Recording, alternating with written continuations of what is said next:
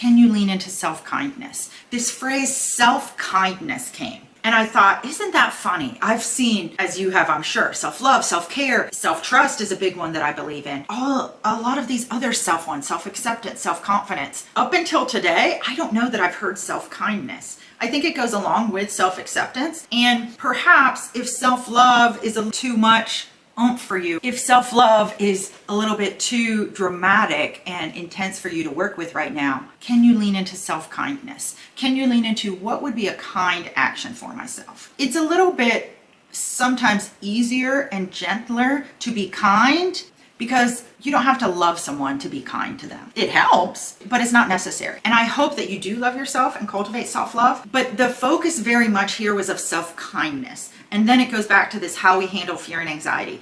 Making yourself a cup of tea to feel good, and a nurturing tea that's got great herbs or whatnot in it that nourishes your body, or a detox tea if you're detoxing. What are the other ways that you can have self-kindness? Can you have clothes that fit you well or that make you feel good, that don't have itchy tags? Could you have soft blankets or pillows in the place where you relax? Could you take off your shoes at the door so your house stays cleaner and you think, this feels really kind to live in a clean environment? These are some very practical things, but you may have other thoughts. Maybe there are people that you have relationships with, work or friends or neighbors, who it would behoove you, it would benefit you to have more self-kindness with how you relate to them and how you let them relate to you. Perhaps some self-kindness is taking a break for 2 weeks or a month from an app, a relationship, an event that you always go to. Sometimes we need these pattern interrupts to give yourself permission, to give yourself a breath of fresh air to say, I'm taking permission to sleep in today. I'm taking permission not to go to that thing I always go to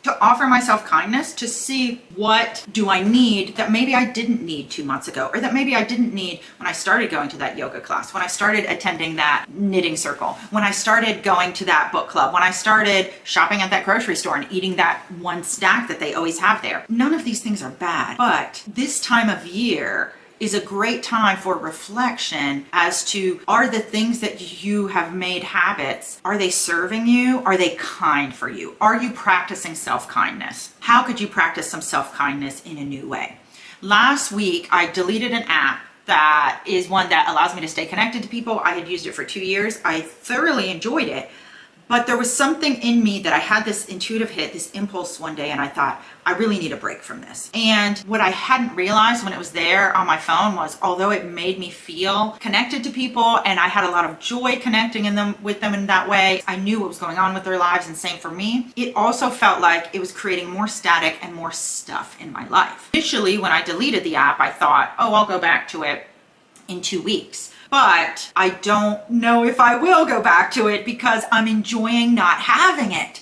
That has also, for me, caused me to look at a few other commitments that I had made that were going on that maybe I don't actually want to do anymore. Am I just signing up for the thing that I've already been doing, that's a monthly thing or a seasonal thing, because that's what I've been doing? I'm looking again at, but do I really want to do this? Is this still deeply serving me? Because I love life. I love knowing that, yes, life is short in some ways. So how do I want to spend this season? Each one of us, we only have so many more falls left, so many more autumns in our lives. Can you make this autumn one that feels kind to you, that practices self-kindness? And a lot of these things that I'm saying, it's not that you would take a weekend necessarily and purge everything. I like the idea of a whole season. If fall is the season of self-kindness, what are the things that you do that really set yourself up for great habits, for good positive things going on in your life? And every week you could set a reminder on your phone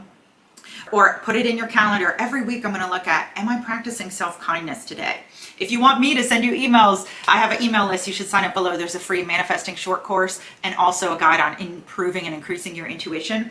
In my community of people who receive information from me via email, I send encouraging things. I send calls to action of, is it time to look at self-kindness again? Is it time to reset and reboot some of how you practice dealing with fear and anxiety, handling it? How are you practicing self-kindness right now? Practicing self-kindness to say, I'm going to pace myself. I'm going to be radically self-kind to myself this season. I'm going to kindly assess how I'm treating myself. Because especially women, we've been trained, we've been socialized, we've been taught, and some of it I'm sure is biological too, of having kindness towards others. And depending on what religious background you have, the season coming up is all about kindness and cheer too. But how much do you prioritize self-kindness compared to the kindness you do towards all kinds of other people? It's very common, especially if you're a people pleaser, especially if you're an empath, especially if you're a mom, especially if you're born a female, to spend so much time being kind to others, but not very much time at all looking at how are you practicing self-kindness. You may not be able to totally tip the scale and say, well, I was 80% being kind to other people before, and now I'm 80% being kind to myself. It's okay if you can't do that right away, but I want you to work on shifting this balance, shifting this scale. Because quite frankly, you are living in imbalance if you are acting kind to all of these people, but you're not practicing any self-kindness. Your self-kindness is essential in this age, in this season, in this year, in this month, in this day. If you're watching this right now, there is at least one area of your life that you can practice more self-kindness, that you can lean into it, that you can love it, that you can say, one method that I like to use a lot is I will take out a piece of paper, title at the top, how can I practice self-kindness today? Brainstorm as many things as I can think of over the next 5 minutes, put down everything, even if it's crazy, because you gotta let the crazy ideas out, because then they'll loosen up and let all the other ideas come out. And sometimes the crazy idea is actually not that crazy. So you get your list. Maybe you do it 3 days after that, 5 days after that, 10 days after that. Maybe every Monday, I like to call them me Mondays. I focus a lot on myself on Mondays. How am I being kind to myself this Monday? And letting that carry every day. Your self-kindness can change your life in a subtle and nurturing way that works from things at the foundation, at the root, at your root chakra, coming from the sense of security and stability. Working with yourself on what is kind to myself today? How can I practice self-kindness today?